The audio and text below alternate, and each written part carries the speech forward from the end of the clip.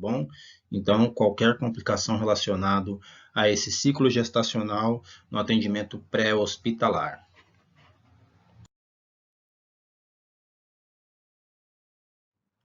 Então, aqui nós temos um desenho, uma figura que ilustra aí, né, essa anatomia gestacional, tá bom? Então, todos os envolvidos nessa complicação, né? Então, a gestante, a mãe, né? A mulher, o feto, tá? O útero, a placenta, o nosso cordão umbilical que está ligando esse feto ao sistema cardiocirculatório da mãe, tá bom? O colo do útero, o canal vaginal, todos altamente vascularizados.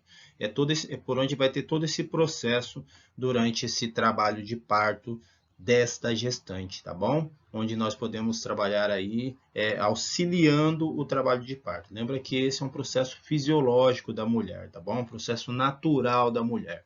Mas podem ter complicações no meio do caminho e o importante é a gente saber identificar esses sinais de complicações e saber intervir de forma adequada o mais rápido possível, seja removendo ou seja tentando resolver esse problema de imediato ali no local.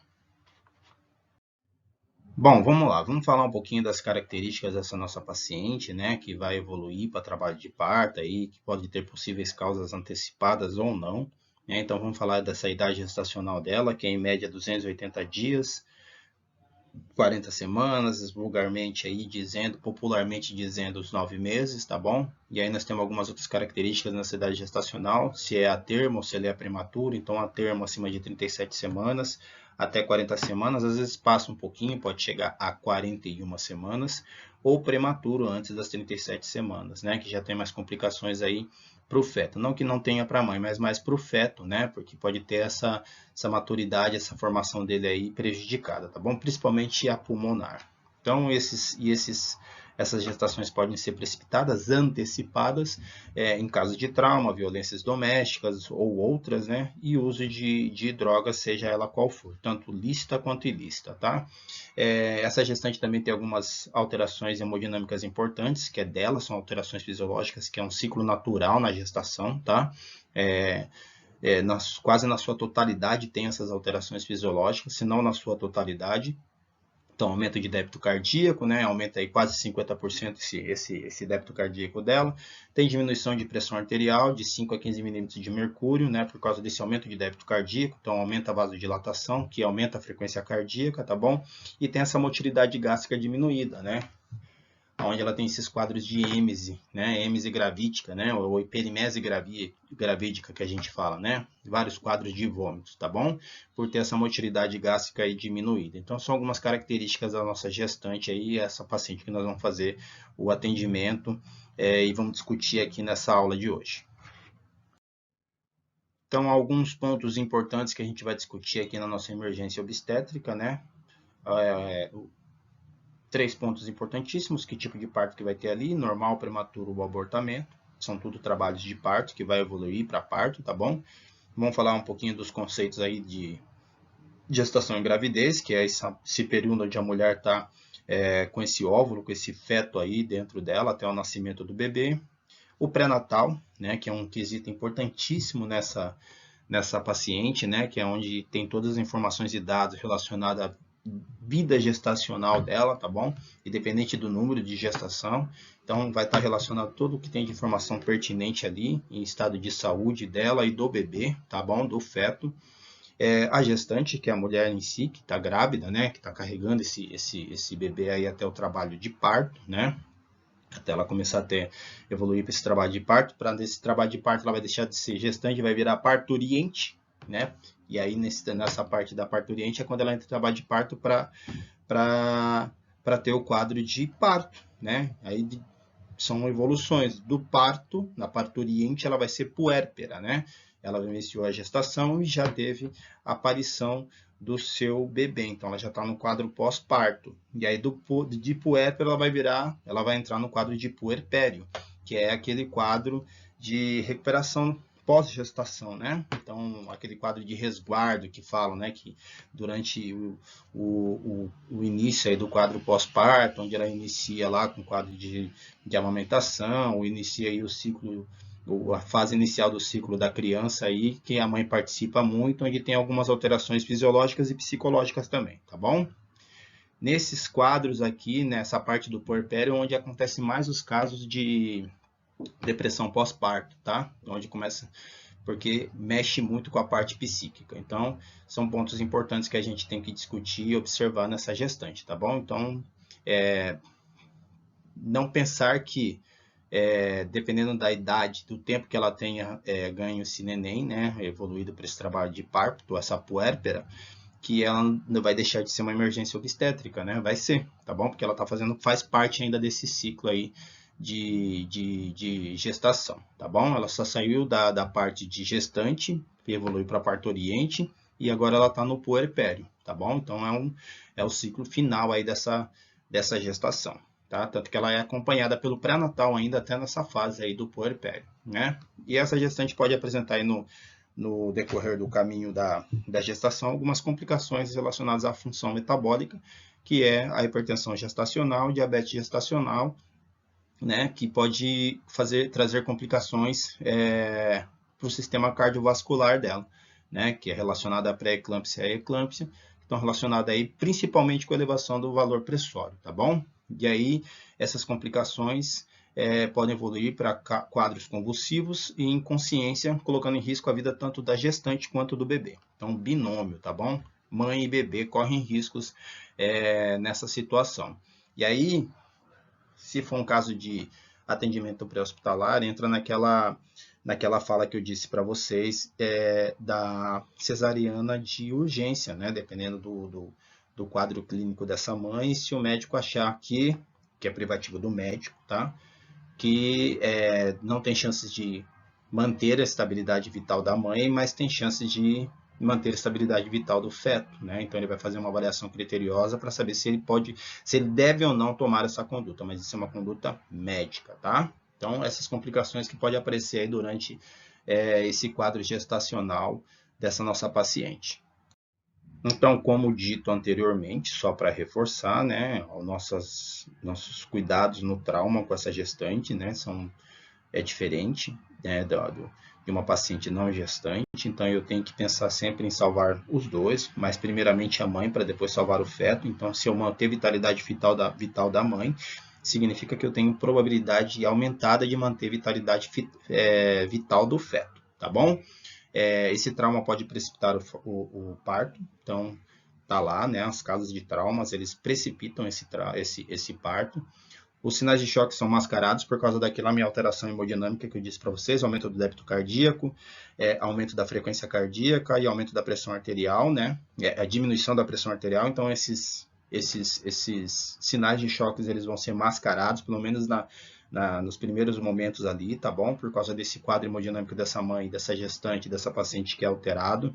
O sofrimento fetal não vai ser observado a primeiro momento, né? Porque eu vou ter que dar prioridade para atendimento da mãe. E eu posso ter aí síndrome de hipotensão supina. Lembra que eu disse para vocês que essa paciente, devido a onde o feto está alocado, se mantendo a posição supina, ela vai comprimir a veia cava inferior, que é a que faz o retorno venoso lá para o coração, para que mantenha esse fluxo aí sanguíneo irrigando todo o meu sistema, né, cardiovascular. Então, se eu deixar ela em posição de supino, essa hipotensão pode acontecer, né, mais abruptamente e significativamente, evoluindo, fazendo com que essa paciente evolua para um quadro de agravamento. Então, o ideal é decúbito lateral esquerdo. Se eu não posso deixar ela no decúbito lateral esquerdo porque ela é uma vítima de trauma, que tem algumas outras complicações aí que eu tenho que manter estabilizado, e lateralizo a prancha, tá bom? Se eu não tenho a possibilidade de lateralizar a prancha, eu comprimo, né? Eu faço a compressão desse útero levemente à esquerda para não ter compressão aí na minha veia cava inferior e interromper nesse fluxo sanguíneo, tá bom? Então essas são algumas características e cuidados que nós temos que ter para gestante no trauma. Então nós falamos de algumas características, né? Falamos da evolução desse quadro gestacional, de todo esse processo que essa mulher vai passar. E durante esse atendimento nós temos que observar alguns pontos importantes e questionar alguns pontos importantes. Então, quanto às perdas vaginais, né? Se tem sangramentos vaginais, se tem perda de líquido amniótico, se tem perda de tampão mucoso, então cada um tem as suas características, né? Tanto o sangramento, quanto o líquido amniótico, quanto a perda de tampão mucoso. Quanto tempo de gravidez, então a idade gestacional, né, dessa paciente. Se ela faz pré-natal, lembra que todas as informações pertinentes vão no cartão do pré-natal dessa gestante, né? Se ela está com essa carteirinha, quantos filhos ela tem, então os números de gestações anteriores, quais foram os tipos de parto, tudo são informações pertinentes e importantes, tá bom? Porque vamos dizer que ela teve todos os trabalhos, todos os tipos de parto dela anteriormente a esse que você está atendendo, foram cesáreas. Porque ela não teve dilatação, porque ela não tinha passagem, por diversos motivos que elas colocam, né? Das gestações anteriores, lembrando que uma gestação sempre é diferente da outra, tá bom? E nesse, por acaso, ela evolui para quadro de trabalho de parto normal e você vai prestar o atendimento. Então, essas informações são importantes, tá bom? Para você saber que você tem que ter retaguarda e apoio para esse atendimento. Então, se tem contrações, qual é o intervalo, qual é a duração. Então, quanto menor o intervalo, maior a probabilidade dessa paciente entrar em trabalho de parto durante seu atendimento, tá bom? E se sente vontade de evacuar, que é um dos sinais clínicos também dessa evolução de trabalho de parto. Então, nós vamos falar agora de algumas características relacionadas ao parto, onde finaliza esse período de gestação. E é claro, quando eu falo finaliza o período de gestação no parto, eu tenho que pensar parturiente, puérpera, puerpério, tá bom? Para finalizar todo esse processo de gestação.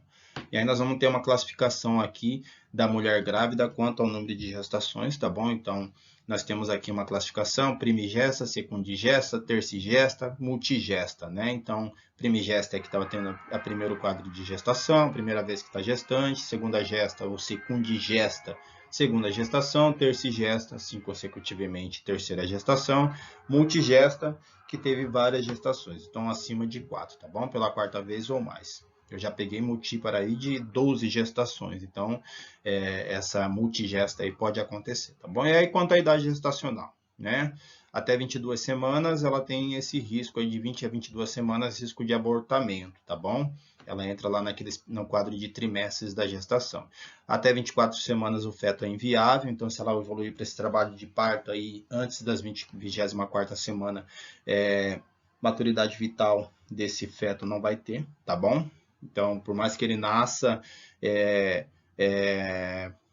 eu já vi isso, já prestei atendimento para uma paciente que ela teve um quadro de trabalho de parto, evoluiu para parto, uma idade gestacional dela abaixo de 24 semanas, o feto durou no máximo 2 horas, eu não me recordo o tempo, tá bom?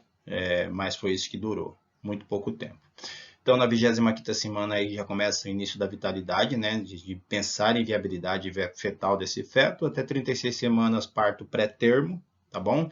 Lembra que é da 37 semanas em diante, de 37 a 41 semanas parto a termo, após 42 semanas pós-termo. Lembra que eu falei que pode evoluir para acima de 40 semanas, tá bom? Então, essas são algumas classificações importantes, tá bom? Relacionada à idade gestacional e o número de gestações dessa nossa paciente. Bom, vamos entrar na assistência ao parto em si agora, né? Vamos falar desse atendimento a essa paciente com esse quadro gestacional, evoluindo para trabalho de parto e parto em si. Lembrar que nós vamos dar assistência a esse parto, né? Essa gestante, porque esse é um processo natural da vida, é um processo fisiológico. O corpo dessa mulher foi preparado para isso. Então, nós não vamos fazer nenhuma intervenção absurda, né? A ponto de trazer danos para essa paciente. Nós vamos assistir o parto e auxiliá-la nesse momento, tá bom? Tanto tecnicamente como psicológico e emocional para essa paciente evoluir para esse trabalho de parto normalmente. Então, tem alguns casos, né, algumas características, né, desse trabalho de parto inicial aí. Esse discreto sangramento, ele é discreto, tá bom? Ele não é abundante, ele é discreto, porque se for abundante, a gente tem que pensar por uma complicação, um quadro hemorrágico nessa gestação. Então, ele é discreto. Tem perda de tampão mucoso, né? Esse muco grosso com aspecto, ele pode ser de aspecto marrom, né? Que a gente fala castanhado, ou pode ter presença de alguns traços de sangue, que também é natural, tá bom? Por causa desse sangramento aí moderado. pode ter perda de líquido amniótico, então a bolsa ter rompido e ela começar a ter perda desse líquido amniótico, onde esse bebê está acondicionado lá dentro do útero, né? Então ele está dentro de líquidos, né? Esse líquido é claro, translúcido e pode ter algumas outras características, aí, como grumos ou pedacinhos de leites, né? Essas semelhanças, mas é muito raro se conseguir detectar isso lá inicialmente no pré-hospitalar, né? Você consegue mais caracterizar pelos odores, tem um odor característico de cândida, tá bom? Muito forte. Então, essas são algumas características que essa gestante vai me direcionar quando ela iniciar o trabalho de parto. Então, se teve sangramento, se teve perda de tampão mucoso, se teve perda de líquidos, né, semelhantes ao líquido amniótico. E aí as contrações, né, essas contrações uterinas, elas vão vir com pequena intensidade, vão aumentando essa intensidade aí conforme vai aumentando essa probabilidade do parto acontecer em si, tá bom? E elas têm uma variável aí de 20 a 40 segundos de duração e em intervalos aí em média de 5 a 4 minutos, que vai dar uma média dois quadros de dor aí em mais ou menos 10 minutos. Então, quanto menor esse tempo de intervalo, maior a probabilidade dessa mãe gestante evoluir para parto, tá bom? E aí ele é dividido em 3 períodos. Eu coloquei para vocês o 4º período, tá bom? Para não fugir do que eu já disse anteriormente quanto o puerpério, tá bom? Ele entra nesse período clínico aí do trabalho, do parto em si, tá bom? Então, nós vamos ter as fases de tempo médio, então a dilatação é de 7 a 12 horas em média, tá bom? Por isso que, geralmente, quando a paciente sente aquele quadro de dor, em baixo ventre, que irradia para a região lombar, lá desse desconforto lombar, e ela passa por avaliação médica, eles fazem o toque e falam, olha, ainda o colo não está dilatado, né? Porque essa dilatação ela tem essa progressividade aí de 7 a 12 horas. Ele pode estar completamente dilatado e aquela paciente permanecer na unidade hospitalar até ela iniciar lá o quadro de expulsão, tá bom? O quadro de expulsão, quando ele se inicia lá o coroamento do bebê, de 30 minutos a 1 hora no máximo, tá bom? Se passar disso, pode trazer complicações tanto para o feto quanto para a mãe, e aí tem que passar para outras condutas, outros procedimentos, que é cirúrgico privativo do médico.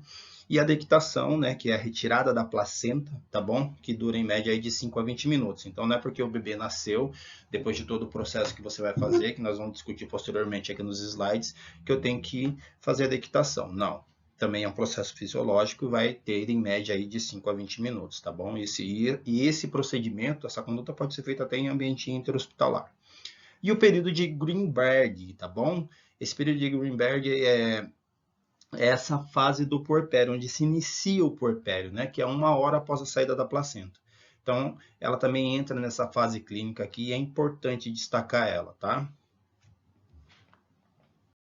Vamos falar da primeira fase, período de dilatação, lembra que dura de 7 a 12 horas, geralmente é o período mais prolongado aí do trabalho de parto para a mulher, onde ela tem esses períodos de contrações iniciais, né? Então, por isso que nós, já foi dito anteriormente, quanto menor o intervalo, maior a probabilidade desse período de dilatação tá na sua totalidade, ela chegando ao trabalho de parto, ao parto iminente em si, tá bom?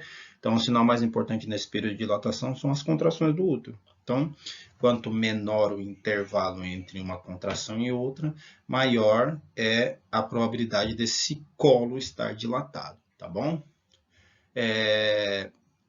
Então, esse colo é avaliado aí de 0 a 10 centímetros, tá bom? E aí, como que faz essa avaliação? Essa avaliação, ela é privativa, tá bom? De médico e enfermeiro obstetra, tá bom? Que seja especializado nessa área. Então, ou do enfermeiro, que trabalha no OPH, que ele é generalista, e ele também pode fazer esse procedimento, mas geralmente ele vai estar com a presença médica que vai poder fazer esse toque para fazer essa avaliação desse colo, tá bom? E é através dos dedos. É claro que não vai colocar 10 dedos dentro da mulher. O máximo de dedos que ele pode pôr dentro da mulher são os 2 dedos, tá bom?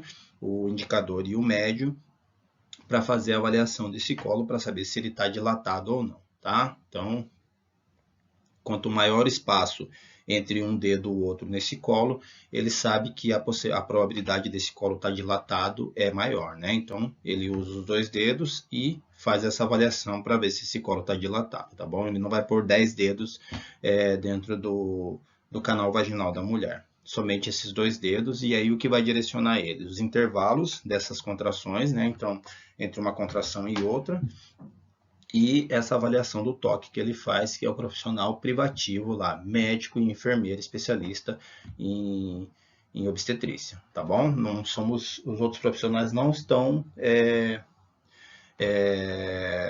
não podem atuar fazendo esse tipo de procedimento, tá bom? Não é liberado para os outros tipos de, é proibido, tá? E quem tem conhecimento, a gestante que tem conhecimento disso, ela pode processar o profissional que não seja esses 2 aí que eu citei, tá bom? Tanto o médico quanto o enfermeiro, voltados aí para as urgências obstétricas. Então, o médico em qualquer momento, né? Então, se eu tenho um médico lá no meu APH, não importa, independente da formação dele, se ele for fazer o toque, é permitido para ele. O enfermeiro também, ele pode fazer dentro do APH, porque ele é generalista, mas dentro das unidades, geralmente vai direcionado para a unidade obstétrica, então é o profissional lá da obstetrícia que vai fazer isso, né? E o pré-hospitalar aqui, os técnicos auxiliares de enfermagem e condutores são proibidos de fazer isso, não está dentro das suas atribuições, tá? Eles vão fazer essa avaliação de trabalho de parto através de outros sinais, que são aqueles que nós dissemos anteriormente: sangramento, perda de tampão mucoso, perda de líquido amniótico, os intervalos e durações dessas contrações. O toque para saber se esse colo está dilatado ou não, não é permitido, tá? Legalmente, ele é proibido de fazer isso. Aqui nós vamos falar da segunda fase, né, desse trabalho de parto, que é a expulsão fetal, tá bom? Aumento nas descargas, a repentina aumento nas descargas vaginais. Então, aquelas contrações, você vai ver que essas descargas são alterações na região da vulva, tá bom? Na região da vagina, você vê é como se fosse algo querendo ser expulso mesmo, né? Sair de dentro para fora, então você vê essas alterações. Pode ter perda de líquidos aí também, ainda contínuos, e os sangramentos por causa desse trabalho de expulsão. A cabeça da criança pode estar passando aí através do canal do parto, onde acontece esses sangramentos e essas perdas de líquidos, essas descargas vaginais. Isso significa que ela já está iniciando esse trabalho de parto, que esse bebê já está se posicionando para se alocar ali no canal do vaginal do parto para sair, tá bom? Com o colo completamente dilatado, é claro. Ela vai ter necessidade, sensação de evacuar, aliás, a sensação de evacuar. Lembra que é uma das sensações que me diz que esse trabalho de parto já está praticamente em iminência, né? Então, esses sintomas aí, essa sensação de vontade de evacuar, significa que esse parto já está em evolução de vias de fato, tá bom? Por que ela vai ter isso? Por causa da pressão da cabeça exercida do feto no períneo, tá bom? E aí, consequentemente, contra o reto, então ela vai ter essa vontade, essa sensação de vontade de evacuar. A abertura da vagina começa a abaular-se, e o orifício anal a dilatar-se. Então, por causa dessa pressão que a cabeça desse feto, que esse feto está fazendo nesse processo natural de empurrar contra o períneo, né, e o reto, vai ter esse abaulamento aí, esse coroamento na minha vagina, na vagina da mulher, nesse canal vaginal, tá bom? Esses sinais são tardios e anunciam que o aparecimento da criança poderá ser observado a qualquer nova contração. Então, lembra, quanto menor o tempo o intervalo de contração, maior a probabilidade desse colo estar dilatado e esse parto estaria em iminência, tá bom? Pode ter vômito. Caso haja vômito nesse paciente, eu tenho que tentar aspirar ou lateralizar ou limpar a cavidade oral, tá bom? Da melhor maneira possível. E aí o coroamento em si, tá bom? Então, que é a abertura da vagina, ela vai ficar abaulada e o polo cefálico da criança poderá ser visto. Então, você vai ver, tá bom? Então, ó, aqui inicia normal, aqui começa a abaular e aqui é o coroamento, onde aparece o couro cabeludo da criança, tá bom? São essas 3 fases aqui na parte do coroamento, né? Onde a criança já está nascendo. É o processo de parto em si aqui, tá? Aqui, gente, só para mostrar para vocês as posições do feto, tá bom? Cabeça não insinuada significa que ainda não está lá fazendo aquela pressão, né? Ela pode estar até em fase lá de dilatação, mas não completa, né? Então, aquela dor lá dela, os intervalos são menores. Então, ele está não insinuado, não está posicionado, tá bom? E aqui ele já começa a se movimentar. Ó, a cabeça começa a ficar insinuada, já começa a descer aqui para o colo, tá bom? Insinuando, ó, insinuação, descida, flexão. Então, toda a pressão para o meu colo, para o colo da gestante, tá? Rotação interna, então ele vai estar lateralizado, depois ele vai fazer a rotação interna, então a face vai para baixo, ele vai ficar praticamente em decúbito ventral dentro desse abdômen, né? Então a face para baixo e o tronco para cima, tá? Rotação completa, início de extensão, ó, então ele aqui início da rotação, aqui rotação completa. Aqui ele já vai estar saindo a extensão completa, ó, tá vendo como esse bebê vai sair, ó? Cabecinha saindo no canal vaginal, aonde começa lá o coroamento, tá? Rotação externa, depois que a cabeça sai, esse bebê vai ser rotacionado, lateralizado para saída de um ombro, saída de outro ombro, tá bom?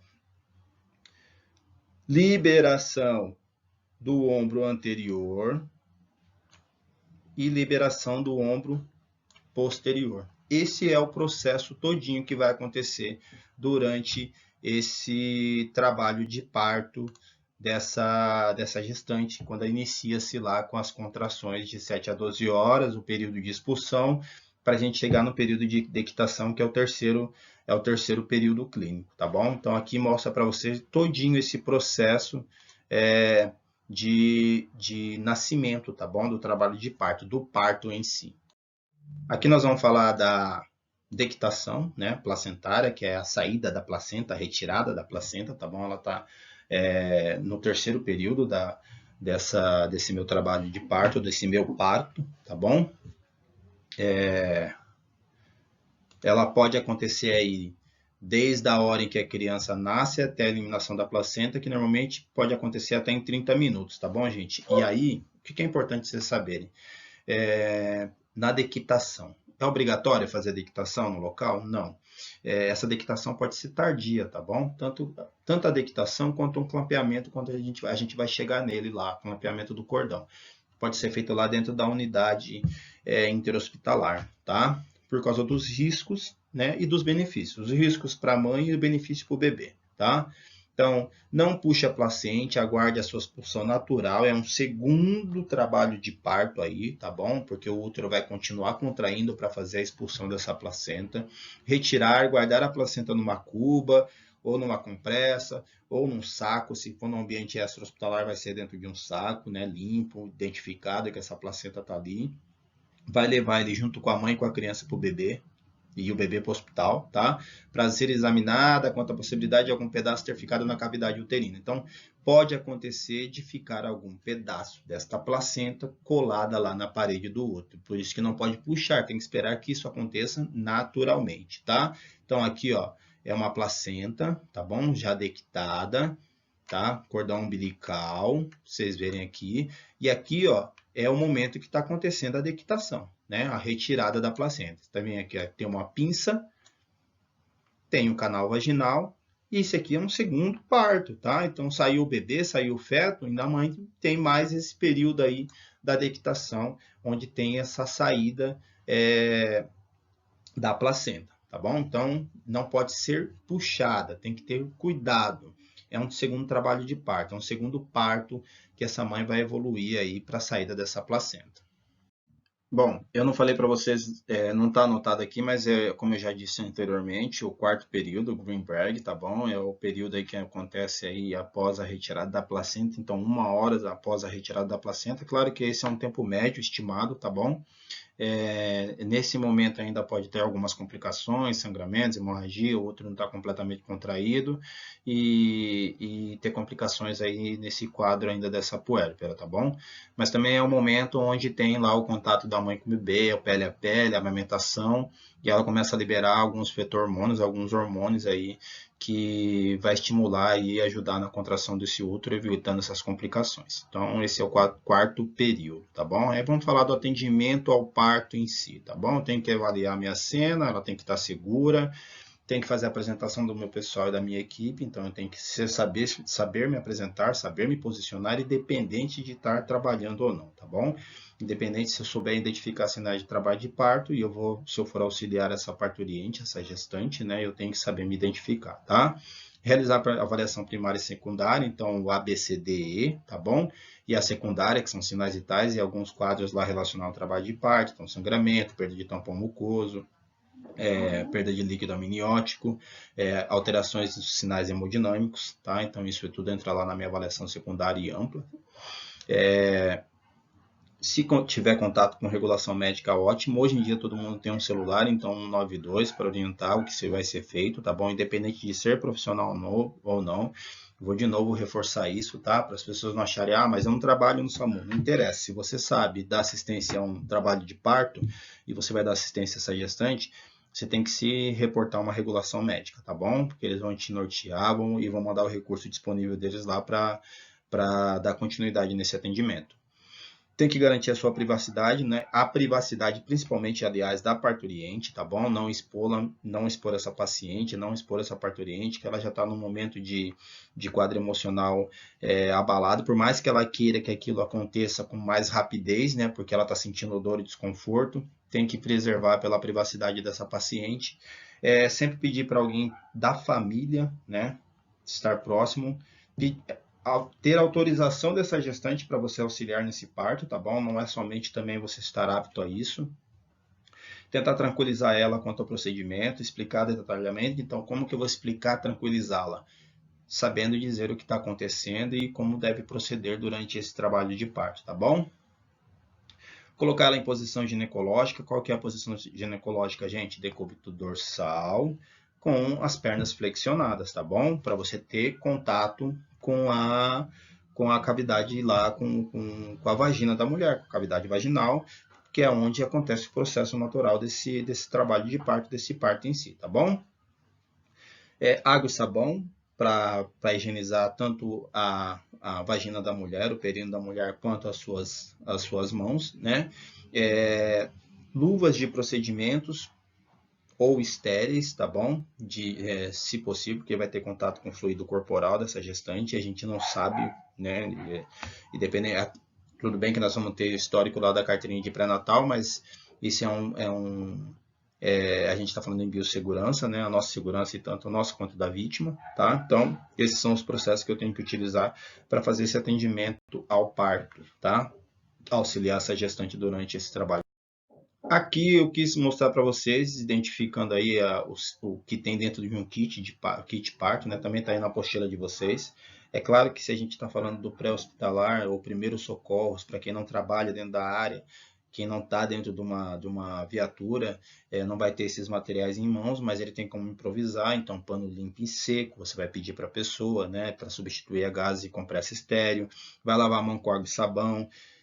Se não tiver luva de procedimento, né, eu tentar usar essas luvas de silicone, essas luvas que as pessoas têm aí para fazer uso doméstico, né, para alimentos ou para salões de beleza, tentar se proteger o máximo possível, tá bom? Mas aí dentro do nosso kit parto, o que tem aqui, né, o que eu tenho lá? Gás estéreo, compressa cirúrgica estéreo, absorvente higiênico, tá bom? Que é o absorvente, isso aqui é um absorvente maior, não é o MODS que as mulheres usam rotineiramente aí no quadro de menstruação. Jaleco descartável, tá bom? Pulseira de identificação nas cores azul e rosa, então azul, sexo masculino, rosa, o sexo feminino, tá? Ou essas pulseiras serem de cores neutras, branco, tá bom? Independente disso, tem que ter essas pulseiras para identificação tanto do bebê quanto da mãe, tá bom? Aí você vai identificar todos os dados da mãe numa pulseira e vai identificar todos os dados do feto na outra pulseira, tá bom? Então, data, horário, idade, o sexo, a hora que nasceu, todas essas informações vai estar lá na pulseirinha, tanto do feto quanto da mãe vai estar o nome dela e todas essas informações que eu já passei, e no do bebê vai estar lá todas as informações também relacionadas à mãe e o nome da mãe, tá bom? Que aquele neném pertence àquela mãe, tá? Para não ter problema de saber de quem é aquele bebê quando for levado para o serviço de saúde. Luvas cirúrgicas estéreis, bisturi cirúrgico estéreo, cobertor térmico aluminizado, porque ele vai sair de dentro desse útero, protegido por essa bolsa, onde está cheio de líquido amniótico e a temperatura lá é diferente, né? Então ele precisa ser aquecido o mais rápido possível para não ter perda de temperatura, tá bom? Ele está vindo para um ambiente externo, né? O ar ambiente é mais frio do que a bolsa onde ele estava lá dentro do útero, então eu preciso aquecer esse bebê. Saco plástico para coleta da placenta, saco plástico para coleta de resíduos lá, que fique nesse ambiente onde você vai fazer esse parto, e esse bulbo aspirador manual aí para o RN, né? É uma perinha que é para você aspirar as vias aéreas, nariz e boca. E é essa a ordem, tá bom? Nariz, boca, tá? Então, aqui só para vocês verem alguns dos objetos que eu falei para vocês, tá vendo? Então, gaze, compressa, o absorvente, o jaleco, aqui as minhas pulseiras de identificações, aqui os meus clamps, né? Não sei se eu falei lá, que é para clampear o cordão umbilical, luva estéreo, cobertor térmico, tá bom? Meu aluminizado, saco plástico, luva estéreo e o bubuzinho para fazer a aspiração da cavidade oral e nasal. Algumas observações importantes aí durante esse trabalho de parto, ou esse parto aí, né? Eu tenho que observar e pós-parto, né? Com a minha puérpera. Então, sangramento vaginal excessivo após o nascimento, não, eu tenho que observar, isso não é bom, tá bom?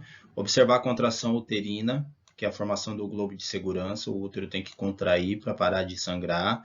Manter a parturiente seca e aquecida para não ter quadro de hipotermia. Identificar o RN e puérpera conforme protocolo, lembra que tem que estar identificado os dois, né, porque eles vão para o serviço de saúde. O oxigenoterapia, se tiver no serviço de saúde, né, tanto no pré-hospitalar quanto no intra-hospitalar. Tem que aguardar a saída espontânea da placenta, tá bom? Eu posso até auxiliar nessa dectação, mas lembra que eu não posso puxar essa placenta para fazer essa retirada. Tem que verificar se ela está íntegra após saída. Lembra que pode ficar um pedaço dessa placenta lá e acondicioná-la num saco de lixo, tá bom? É estranho falar saco de lixo, né? Mas é um saco plástico limpo para levar essa placenta até o serviço de saúde. Bom, vamos falar de algumas complicações que pode acontecer no decorrer desse parto, tá? Tanto para o bebê quanto para a mãe, tá? Complicações que colocam em risco a vida dos dois. Então, distócias, tá bom? No trabalho de parto, as distócias estão relacionadas geralmente com a posição anatômica desse bebê. Lá ele não se posicionou, não está insinuado para fazer essa saída e acabam acontecendo essas distócias. Geralmente são de ombro, tá bom? Prolapso de membro ou de cordão umbilical. Então, do cordão umbilical, o cordão está na frente da saída do feto, então o feto vai fazer essa pressão em cima do cordão umbilical, que vai impedir a saída do feto. Então, o que está à frente do feto é o cordão umbilical, e acaba interferindo na saída desse feto. Laceração de trajeto, tá bom? Que pode causar atonia uterina ou retenção placentária, que são os distúrbios de coagulação, as hemorragias excessivas, tá bom? Que está tudo associado aqui. Pode ter nascimento de RN prematuro, pode ter nascimento de RN com complicações e com má formação, tá bom? Então, tudo isso aqui está relacionado nessas complicações relacionado ao parto ou trabalho de parto, tá bom? Então, aqui eu tenho clampeamento de cordão, tá bom? Esse clampeamento de cordão pode ser tardio. Aqui eu tenho uma circular de cordão, tá bom? Que vem... Isso acontece muito, tá? E aí, quando essa criança começa a coroar, tá no processo de expulsão, onde eu tenho acesso a esse acesso visual a esse processo, eu posso colocar lá os meus 2 dedinhos para fazer essa inspeção, para ver se tem cordão ali. Se tiver e eu ver que tem espaço para fazer essa retirada de cordão, eu faço essa retirada de cordão, tá bom? Então eu tenho que observar bastante, porque se eu deixar esse processo continuar, o que vai acontecer? A criança vai morrer asfixiada, né? Porque o cordão vai fazer enforcamento dessa criança, tá bom? Isso hoje acontece com menos frequência, mas antigamente acontecia bastante essas mortes por circular de cordão, tá? E aqui é um exemplo de uma criança coroando, tá? No momento da rotação da insinuação. Então, aqui pode acontecer distócia de ombro. São alguns exemplos só para vocês conseguirem entender o que são essas possíveis complicações que pode acontecer aqui no trabalho de parto, tá? Exceto aqui o clampeamento. É só um exemplo de clampeamento de cordão umbilical, tá bom? Que também pode ser tardio, tá? Não vai trazer complicação nenhuma para o feto. Aqui, para ficar mais claro para vocês, né, duas imagens, duas figuras bem interessantes nesse slide. Então, a distócia no trabalho de parto, tá bom? Então, ó, o ombrinho, né, tá vendo? A distócia, posicionamento. Então, tem que sair primeiro o ombro anterior para depois o posterior. Então, aqui vai acontecer de interferir nessa saída, vai ter que fazer a manobra de retirada, tá? E aqui é o quadro de atonia ou retenção plaquetária, tá bom? Onde tem aquele sangramento e o meu globo de segurança está relacionado a isso aqui, tá bom? Então, tá vendo que ele está comprimindo o útero para diminuir esse sangramento, para evitar essa atonia uterina ou retenção placentária. Então, alguns pontos que nós vamos aqui realizar durante o atendimento, essas possíveis complicações. Na apresentação de distócias pélvicas, prolapso de cordão, eu tenho que manter essa paciente em repouso, tá? Evitar que ela deambule, que ela faça algum tipo de esforço físico. Eu tenho que contatar a minha regulação médica. Eu tenho que manter ela em decúbito lateral esquerdo para não ter compressão da veia cava inferior lá, né? E não ter diminuição do retorno venoso e não ter, consequentemente, a hipotensão arterial supina. Na presença de circular, eu tenho que avaliar como está essa circular de cordão. Se eu conseguir ter acesso para retirar com um dedo indicador, eu retiro. Se eu não conseguir retirar, eu tenho que clampear em 2 pontos e cortar entre eles para evitar o estrangulamento. Lembra que essa criança está sendo estrangulada. Nas situações em que ocorram hemorragias, estar em sintonia com a equipe para prosseguir o atendimento. Então, isso aqui tem que estar bem claro para quem está fazendo atendimento, se aquele sangramento é um sangramento discreto, leve, moderado ou em abundância, que essa paciente está evoluindo para um quadro que possa ter grandes perdas sanguíneas e evoluir para choque hipovolêmico, consequentemente morte, porque pode ter morte materna por sangramento, e ele vai acontecer lá do meu 3º ao 4º período, né, da dequitação e o Greenberg, tá? Em caso de nascimento de um RN com má formação, mostrar ao acompanhante, realizar contato com a regulação médica e aguardar instruções, nunca esconder, né, da mãe, não interessa como que esteja esse bebê, é dela, tá bom? É um momento que a gente tem que respeitar, porque ela vai querer ver, tá bom? Transportar binômio, mãe e bebê, tá bom? Para uma unidade de referência conforme a regulação médica. Então, aqui nós vamos continuar falando ainda dessa parte gestacional, nós vamos falar do abortamento, que está aí dentro do nosso trabalho de parto, que acaba acontecendo um parto em si, não no momento ideal, mas é um parto, tá? Então, essa mulher tem todo esse processo de contração, de sangramento, de perda de tampão mucoso, ela sofre todo esse processo, porém, esse processo acontece de forma antecipada, seja qual for o motivo, tá? Então, pode ser precipitado por algum trauma, por uso de entorpecente ou por alguma violência, seja ela qual for, tá? Então, abaixo de... até geralmente isso ocorre antes da 28ª semana, tá? Então, lembra lá que até a 25ª semana, o bebê ainda não começa a manter... total vitalidade, né, para se manter vivo por si só, né? Então, a partir da 25ª semana que isso começa a acontecer, tá? Então, já falamos da gestação normal, que a termo a gente fala aí que dura em média de 38 a 40 semanas, tá? Pode chegar até 42 semanas. E aí, se essa gestante apresentar esses quadros de possível abortamento, né, ou evolução para abortamento, ela vai ter uns quadros de sinais e sintomas bem característicos. Então, pulso rápido, que é a taquipigmia, tá bom? Esse pulso acelerado, a sudorese, a palidez, fraqueza e cólicas abdominais, tá? O sangramento dela vai ser moderado ou abundante. Vai ter saída de coágulos, tá bom? De partículas aí pelo canal vaginal. Muitas vezes é o feto que está saindo ali em pedaços, tá? Nem sempre é só sangue. Em outras palavras, poderiam estar presentes todos os sintomas de choque somados ao sangramento vaginal. Então, lembra que é diferente, né, essa minha paciente, por causa do fato dela estar carregando uma outra vida dentro dela, tá bom?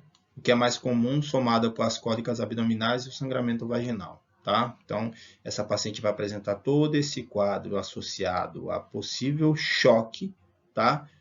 Que me direciona para um quadro de abortamento. Cuidados que eu tenho que ter com essa paciente: mantê-la aquecida, molhar os lábios se tiver sede, não permitir que ela tome água, tá bom? Porque pode ter rebaixamento de nível de consciência e ela também pode ser encaminhada para a unidade hospitalar e precisar passar por procedimento cirúrgico, então evitar a ingesta de qualquer tipo de alimento, seja líquido ou sólido pela boca, tá? Então, o ideal é reposição volêmica através do acesso venoso, e aí os profissionais de saúde que você é responsáveis por isso, mas no primeiro socorros eu evito de dar qualquer coisa pela boca. Vou colocar compressas ou toalhas esterilizadas na abertura do canal vaginal. As toalhas esterilizadas não quer dizer que precisam estar esterilizadas, basta estar limpas, tá bom? E removê-la para um hospital de referência. Bom, continuando em aborto, nós vamos falar aqui dos dois tipos de aborto, tanto o espontâneo quanto o provocado. Então, o espontâneo acontece de forma involuntária, né?